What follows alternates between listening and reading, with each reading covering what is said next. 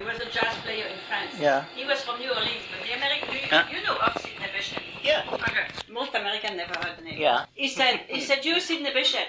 And the man looked at him and with a big, strong laugh said, no, I'm Louis Armstrong. I see. And he became friends with Louis Armstrong. Right.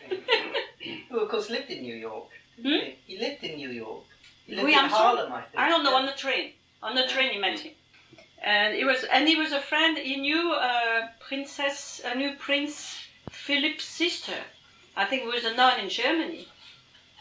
I don't know. I've heard all these things, over the years. He has a photo from Princess Wilhelmina of the Netherlands. He has a photo. Yeah. Dedicated to him. Dedicated photo. Yeah. So that was the queen. She became queen. Yes, absolutely. Queen Blackie Wilhelmina. Yeah, but that's Wilhelmina was the mother. That's 100 years ago. Wilhelmina was Juliana's mother, and Juliana is Beatrix's mother. So that's Beatrix's grandmother. Unless there was another Wilhelmina, I don't know. I can check. Because Wilhelmina was the queen of Holland. But that's long. I don't know. Because it's the grandmother of the present queen. So, I don't know. So that's, if she was princess, that's before she became queen.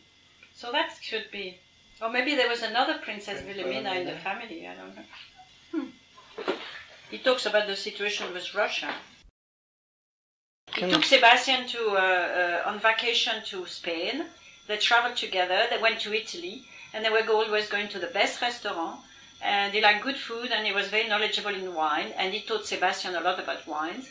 And Sebastian was telling me, for instance, they were in a restaurant, and John Thompson told Sebastian, he was educated, a little boy, that came from Germany, never had much schooling or anything, and he was telling Sebastian, okay, when you're in a restaurant, you want to know who's behind you, because you heard some voices, and for some reason, you want to know what they look like. You just don't look like that. You should drop your napkin, and you pretend you're picking it up, and then you look. I got little bits and pieces like that from Sebastian. It was funny.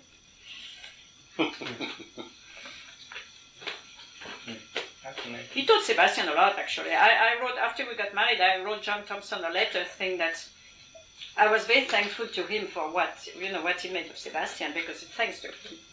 Or Farewell to Bloomsbury. So you think that's not John Thompson again? As I say, there is a very great question mark. Apart from, and even the thing about Auden getting his degree is a bit superficial. But I think he wouldn't have time. He was so busy. How would he have time to write articles like that? But he had literary interests. He knew Stephen Spender. Spender was, of course, running a journal, doing sort of journalism and so on. So, but I'm not sure that's really him. Probably isn't. I'm more or less. I copied it just in the library, but thinking it might be. But then I decided no. It from when I read it then.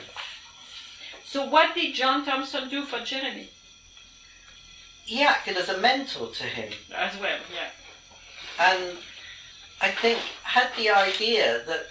I think through knowing Sebastian and Matthias, that would be it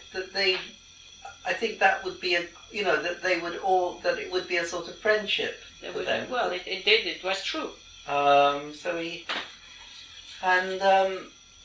Jeremy converted to Roman Catholicism. Yes, it stuck to one of the letters I wrote. Jeremy's conversion is stuck in one of the letters. I think it was a sort of, Jeremy was himself not sure what to do with his life. Should he go into teaching or agriculture and so on? And I think that was quite important for him. Mm-hmm. But then I think the bond was spiritual. I mean, he went into agriculture. Right? Yeah. So he was one of the great admirers of John Thompson. Yeah. You talk about Matthias. Do you know Matthias? Who was his father? Julius Leber, who was a social democrat and involved in the resistance to Hitler. But more than that, he was involved in the famous attempt against Hitler's life. He was one of those. You know that. the Hitler, the Stauffenberg. That bomb, that briefcase. Yeah. That was put by the table by Hitler, and somebody came and moved it, and there was a bomb in it.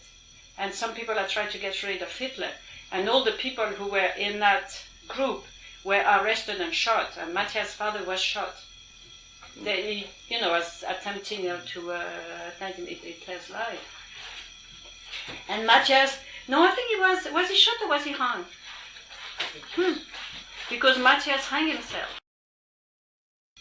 So, okay, so how, do you know how John Thompson got to know Matthias?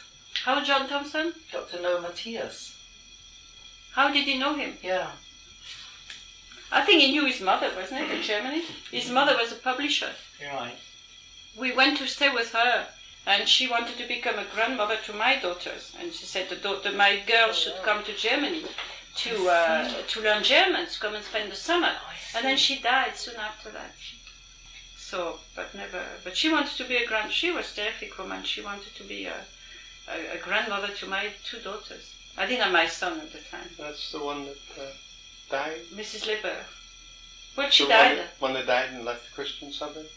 Oh, no, that's Sebastian's aunt. Oh, no, Mrs. Leber died in the early 70s, late 60s, early 70s. Lower Slaughter, where we were yesterday, yeah, but we didn't see the old mill. We were in Lower Slaughter yesterday. I see, okay. Getting back to yesterday, Yes.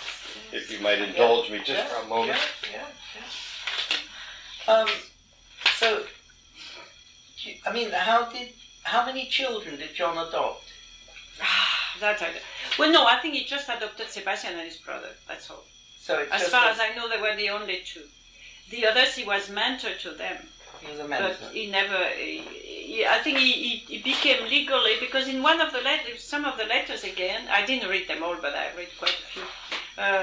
John asked, and Sebastian had told me, but that was confirmed by one of the letters, John asked Sebastian that it should be very important that he could get a copy of the court order that's, nominating him as a guardian for income tax purposes, because he was paying for Sebastian's schooling, and he needed to be able to deduct him from his income tax. So he was officially, he became his legal guardian. But Sebastian always called him my father. And I don't know about Wolfgang. Wolfgang didn't want to come with John to France. He wanted to stay in Germany. Yeah. So Wolfgang felt very responsible for his mother.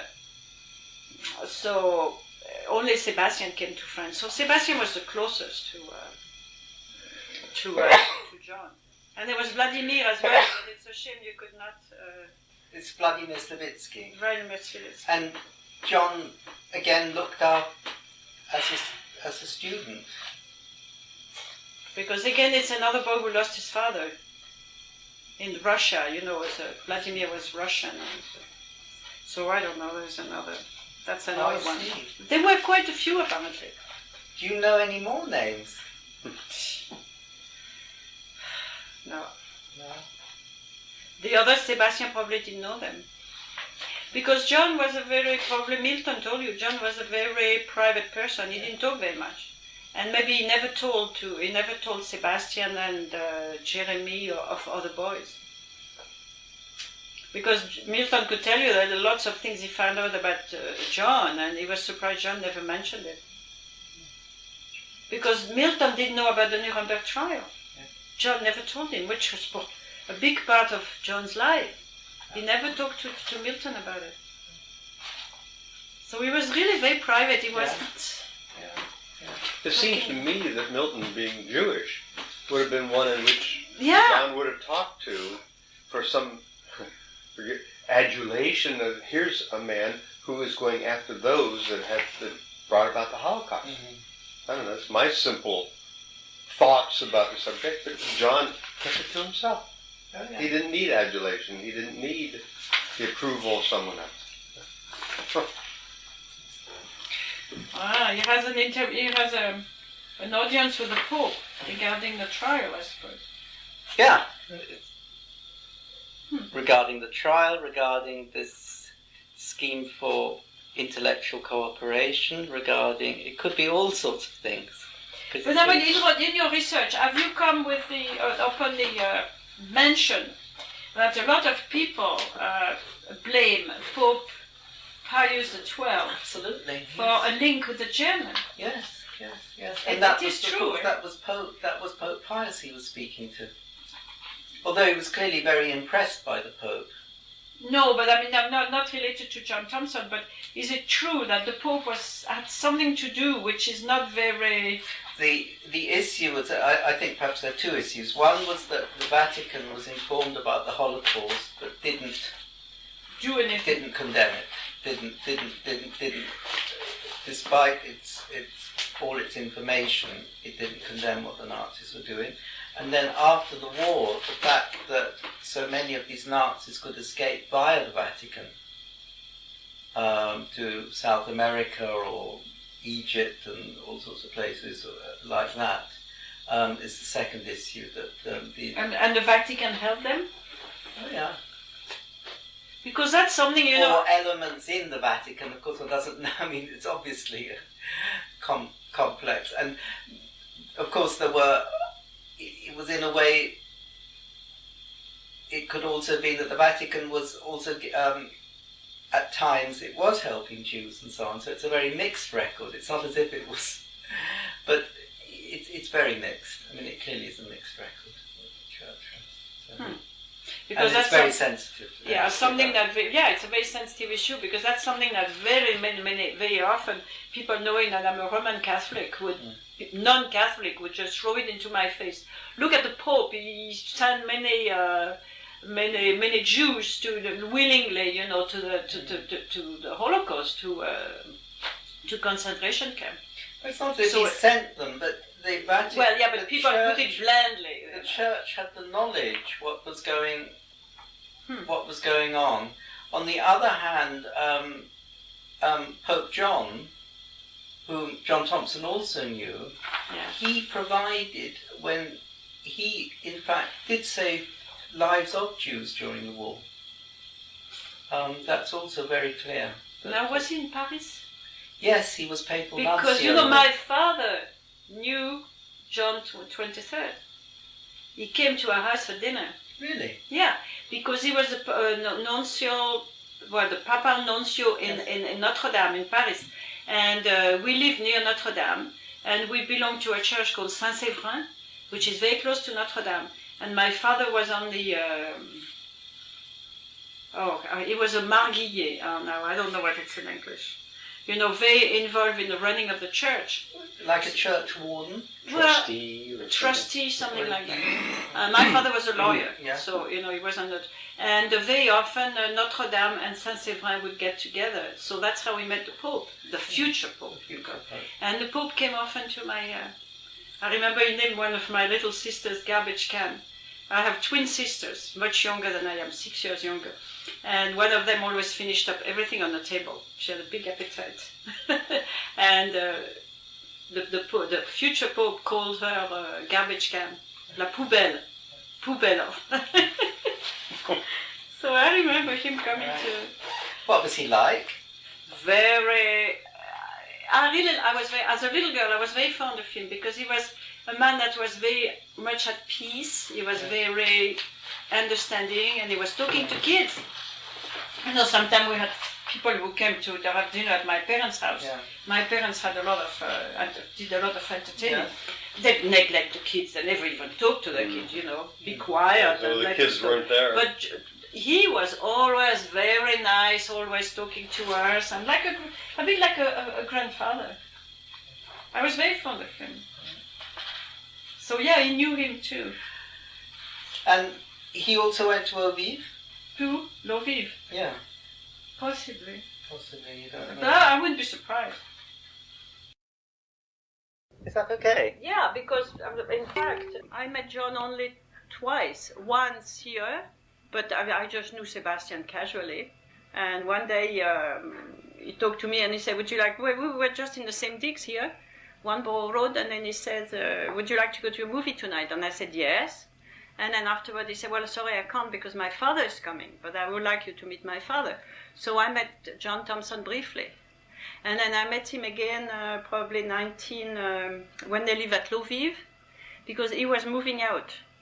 And Sebastian helped him to move, and I think he was putting everything into storage, because he was leaving. I don't know if he was going to Germany or going to New York, I can't remember. So it was just the 2 times I met him, and I remember him as a very sweet but very strong man. You know, he was very soft-spoken, but you could see in his eyes that there was a lot of strength. There's a lot of it's somebody that is soft-spoken, but then you admire because you know there is a lot going on. Yeah. That's the only time I met him. So all the things I know is Sebastian talking about his father, and he worshipped him, and you know he really thought a lot of him. So you met him in Oxford, and you went for a meal together. No, I just met in the house. In the house in Warnborough Road. We talked for a little while, and then you know, and Sebastian went out with. No, I didn't. Right. I wish we had. And you were here studying in Oxford. I was here studying, yeah, and I was living in the same digs when we used to say same digs as with a landlady and. Is that how you met Sebastian? Yeah, we met at breakfast. The only time we really met, and I didn't have a key, so I remember when I came back in the evening, I used to throw. I don't know why I didn't have a key. Maybe I forgot it too often or whatever. I don't know. And I was throwing stone because he was always working very late. I was throwing stones to his window, and he would come and open the door. And you were studying at the Taylorian Institute, or? No, he was studying at Wadham College. You were studying at the Taylorian? Me? Yes. No, I was at Somerville. I was taking classes at Somerville College. Oh, right, yeah. That was I think it was the only college where girls were. Yes.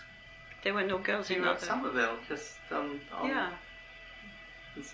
St Giles, and you were. But then we had classes in Christchurch. We had classes in different places. Right. But we were based in Somerville. And you were doing which languages? Well, I was doing English literature, and then I was doing as well translation from English into Spanish, without any French. Okay, so you really came to study English. Yeah, I came to study English. Yeah. English and literature. And your basic studies were at the Sorbonne, or? I was at the Sorbonne, translation, interpretation, and I worked at the UNESCO, but John wasn't there. I worked at the UNESCO, but I was training, simultaneous interpretation. Yeah. Okay. So that was... But no, I wish I had met John. And I wrote to John after we got married because I told him I was very thankful what he did for Sebastian, because from what I understood from Sebastian, he really changed his life. Sebastian would probably...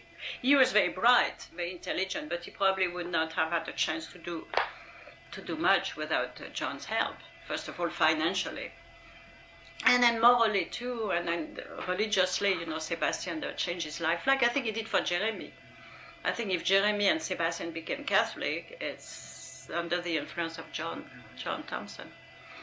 The example, the admiration, or whatever they had. So Sebastian was born Protestant, or?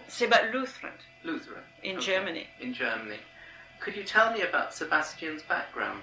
Well, he was born in Stettin. Yeah. And then he went to a Hitlerian school in the Isle of Bergen. No, Bergen is the name of the town. It's the isle. It's an island in the Baltic, and that's where I started to do a lot of sailing. And after that, he liked sailing a lot. Yeah. And so he was 10 years old, and then his father enrolled. His father didn't have to go because he had an important position in banking. That's what I got from Sebastian. Okay, over the years, he had an important position in banking, and he didn't have to go. But things were not going very well with his wife, and so he got very upset, the whole situation in Germany, and he thought he had to, volunteer. So he volunteered to go to war, and he was sent to Russia, and he was killed right away. And so Sebastian, and of course, in the meantime, something had happened between father and mother, and they got divorced. So when they left, they took Sebastian instead. He remembered taking his father with his brother. And he had a little sister, but I don't know if she was dead by now. She died of some fever, scarlet fever or something. Yes. And so anyway, they took the father, and the father and mother made up on the platform before leaving, and they said they would get remarried when they came back. And of course, when he came back, and of course he never came back. So she had no means, because since she'd been divorced, she wasn't getting a widow's pension. And for some reason in Germany, I don't know how it worked, but I got it from Sebastian that in fact she wasn't even getting anything for the children. Is that possible? I don't know. Can you remember the mother's name? Yeah, the mother was, yes, I know it. Asta, I correspond with one of her cousins. Start with a W. Oh, it will come back. Asta. That's stupid. Anyway. So that there were two children, Wolfgang and Sebastian. When were they born? Sebastian was born in 31. Yeah. And Wolfgang was born in 35. 35, right. With the little sister, but the little sister didn't survive the She war. was born in 37, but she died when she was about 3 or 4 years old. Oh, I see. Right. Okay. Yeah. Okay. So then, apparently, from what I understand, Sebastian ran away from home, and he went to get his grandfather, his grandparents, because the Russians were coming. Yeah. So he went to get his brother, he went to get Wolfgang, I don't know where. And because he found his mother was not, she'd been brought up like a princess. And she wasn't able to cope with all that. She kind of almost lost her mind on all these things happening. And so she wasn't capable of looking after her children. And she had no money either. So Sebastian went to get his brother, ran away, and went to get his grandparents, I think in eastern Germany, because they were all around Stettin. Okay. And then he told his grandparents, he said, we have to go because the Russians are coming. And the grandparents, being old people, said, oh, we can't, we just got a bag of 50 kilos of potatoes, which to old people in the country is survival for the whole winter. So they refused to leave. And I don't think he ever sees his grandparents anymore. I don't know what happened to the grandparents. So anyway, he ran away, and there are stories of Sebastian crossing between East and West, and as a little boy, and he said one day he was stopped by a Russian soldier, and the Russian soldier was big and tall, and he was walking like this, and the Russian soldier was very nice. He pretended he was very upset, and he was going to lock him up. So he said, you come with me. And he went to, and he said, Sebastian said, is it far? And he said, well, the way I walk, it's not, because he had great big legs, but the way you walk, it is, because Sebastian had little legs. And anyway, so the Russian soldier gave him food, and gave him a bed, said, you're in prison, you're in jail, you're going to sleep here. And the next morning they released him. So they really wanted to feed him and, give him a bed for the night. So it was a good and bad memories too. Of course. And then somehow, so he told me once that he had met John in a village in Switzerland, but that I'm not sure. That's what I remember. In a village for displaced children. So Sebastian and his brother probably were picked up somewhere, as kids running away, and taken to a village for displaced children in Switzerland. I think there were such a thing, wasn't it? And that's where he met John. That's what he told me. And somehow, I don't know how John got interested in those two rather than in others. I have no idea. I don't know what he was doing there. But so we took them, and then he got in touch with the mother, and he became legally the guardian. And from them on, he looked after Sebastian. Do you have any idea when Sebastian and John might have met? Would that have been for? I think it was 1947. 47. Yeah. Okay. And then somehow John put the family back together with the mother. They all lived together in Stuttgart? No, because John took, I think the brother wanted to stay with the mother. And Sebastian decided to go with John. So John took him to France, and in 1948, Sebastian had stopped his schooling, I don't know, when he was about 14, 15, because he went to work to make money. He was working in a bakery in Germany to make money for his mother and brother. And he said bread was, it was like gold, because you could exchange it for anything. So anyway, he fed his family like that. And so that's before they ran away. And so anyway, he volunteered to go. So he had stopped his education, and John said, you have to finish your schooling and go to do something of your choice, some career of your choice. So he sent him to what at the time was the best school in France, because John was living in Paris. So he sent him to Les Roches. And Sebastian was at Les Roches for 2 years. And in 2 years, he learned French, and he was good enough to pass the baccalaureate, which got him into, with only you needed only the first baccalaureate. In France there used to be two. You needed only the first one to get into medical school in Edinburgh, but that was later. So Sebastian, after finishing Les Roches, having his first baccalaureate, for some reason, I don't know why he didn't know the second. Maybe John said you don't need it, I don't know. Went to Oxford, because he didn't know what to do. And John said the best thing you can have is Oxford and all the connections you're going to make there. So Sebastian did what, 3 years, the 3 Ps? Yes, 3 years. In Oxford, so it was 53 to 56. And then in the meantime, and I have a medal saying 13th of September 49, Rome. So that must be when Sebastian was baptized, a Catholic, by the Pope. He told me he'd been baptized by the Pope. But I have a feeling it was, although I thought it was at Easter, but the medal says, I looked at it the other day, 13th of September, so it probably is baptism date. And because I know the Pope has common baptism at Easter, we baptize a lot of people together. But that was apparently in September. And that was in Rome. So he spent a lot of time in Rome with John. And they traveled a lot. And then when he finished Oxford, then suddenly he decided he wanted to do medicine. And and Sebastian told me he went into medicine, and that's probably connected with John, because he thought the German people were sick.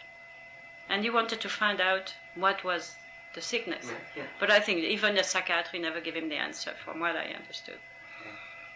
So that's what got him into. So it's probably connected with this. He probably heard a lot. Yeah. And he said he was fed, with my father, I was fed psychiatry, breakfast, lunch, and dinner. Okay. So. Do you know why he went to Wharton College? No. No, there's no. And I don't think John went to Oxford. I never heard. Yeah. Have you found out anything about John in Oxford? There was somebody very famous at Wharton called Maurice Bowra. Is that possible? That the name that Sebastian ever mentioned? No. And then they always talk about someone called Sir Richard. Do you know who Sir Richard could be? Yes, I heard the name Sir Richard. I think Sebastian knew him and met him. Was But he what?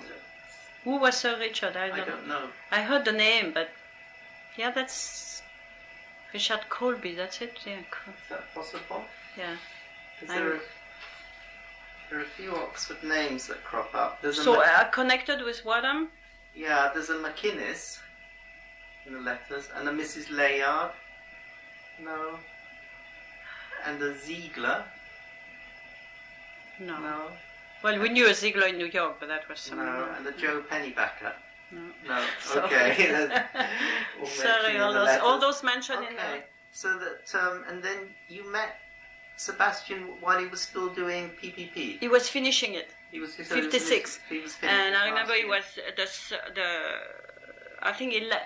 I left in July 56. I left in August 56. And then he told me he was moving to Edinburgh. And then I saw him in Paris, but I can't remember if it's it's after. It's probably 57, 58. He met. He came. He was coming often to Paris from Oxford. When the term is over. The term is short here. Yes. So he was spending a lot of time in Paris with John. At Eau Vive. At Eau Vive or living. At Eau Vive, yes. Yeah. And then finally, I think in 59 or 60, John moved out of Eau Vive. And that's when Sebastian helped him to move. That's when I met him again. Because Sebastian was, I don't know, he was coming, you have to take the train to go to Évry. Eau Vive was near Évry-Thibault. That was the train. And you had to cross the bridge, and the village was on the other side. So you just went to Eau Vive once, or did you go more often? No, I went to Eau Vive once. No, I went once. Because afterward, they had left. Right. How did it strike you as a place? Well, it was in the country. It was a bit isolated, a bit lost, and but there is a book that explains that Jean Vanier, under some of the influence of John Thompson and Père Thomas Philippe, started to take in at Eau Vive some mentally retarded. I think he had 2 boys, and that connects very well with, John. John couldn't do it himself, but he kind of incited Jean Vanier to do it, to take 2 mentally retarded boys from the village, because there is a book somewhere which talks about it.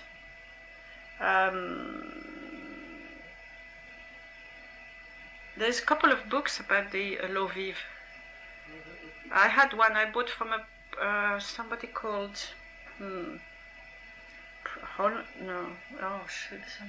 Newman. There was somebody called Newman, and he came to give a lecture in, and he was at Eau Vive. Henry Newman, is he? Henry Newman.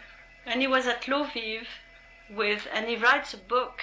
Oh shoot, that book, I must have it somewhere. But I moved house, and now I don't know where my things are.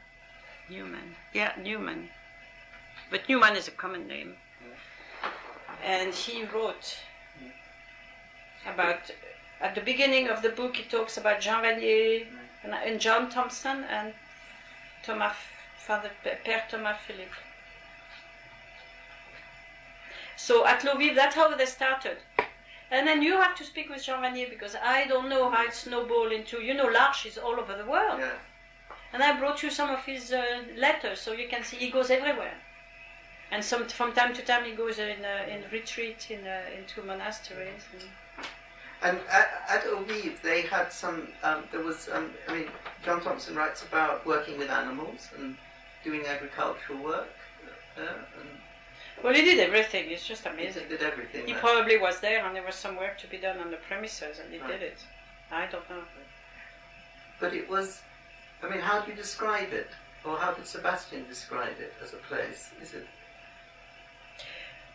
Well, Eau Vive was not that I saw, because I saw only the main building, but it was like a big park.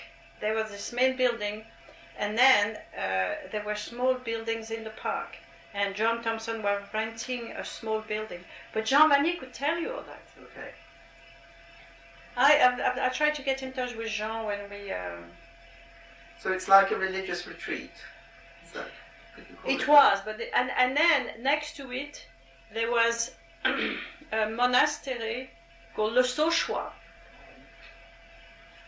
And Le Sauchois was a Gregorian. I remember it closed a few years ago, but because my parents have a house not far from Ebry, further out, on the way to Fontainebleau, Melun and Fontainebleau.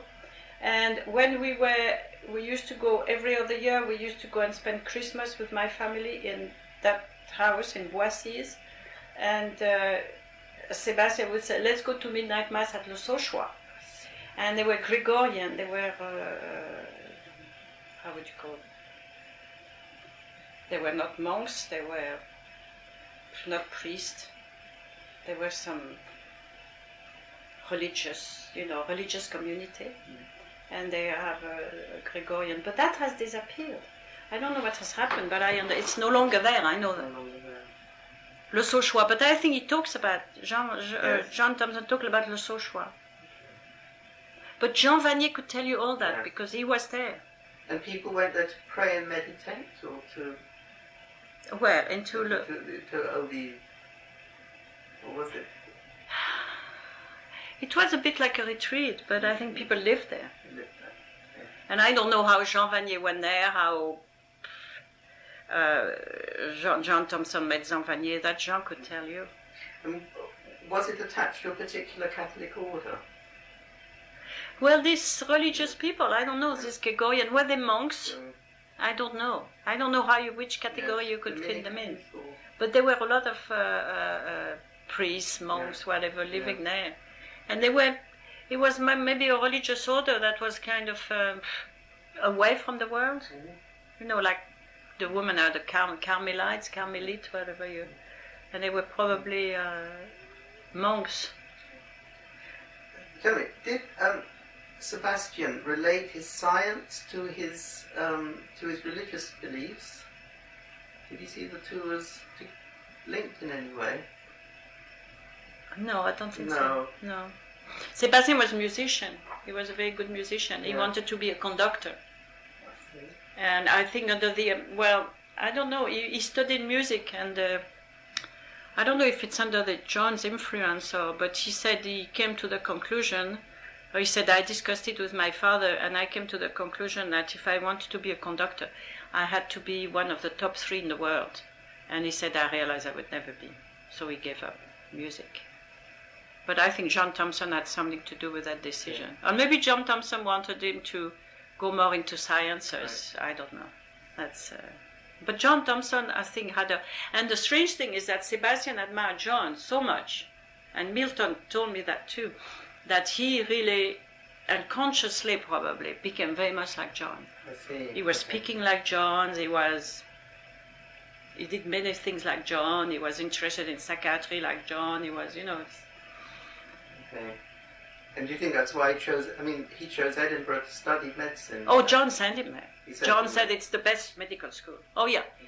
Okay. Was everything of every place of schooling for Sebastian, the Les Roches in France, Oxford, and Edinburgh, that was John influence. When did Sebastian first meet Mathias Leber? I think it was in France, because you have some pictures. It was probably at Eau Vive. At Eau Vive. And how I don't know how Mathias got in touch with John. I don't know how Mathias and John met. Because it's probably in Germany because of this Hitler. Yeah. Mathias' father, Mr. Leber, was executed by the German because of his attempt to Hitler's. He was part of the plot to kill Hitler. So Sebastian and Matthias both studied medicine at Edinburgh together? Yes, together. I think Matthias was a year or two ahead. Matthias was older. Okay. Or Sebastian was late, actually. So I don't know if Matthias... I always thought... Because Matthias was a kind of man who looked ageless. He never looked young, but he didn't look old either. He kind of...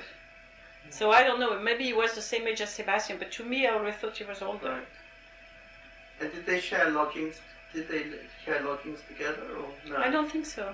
No. But they were. No. Sebastian was sharing lodging with Ian. Ian.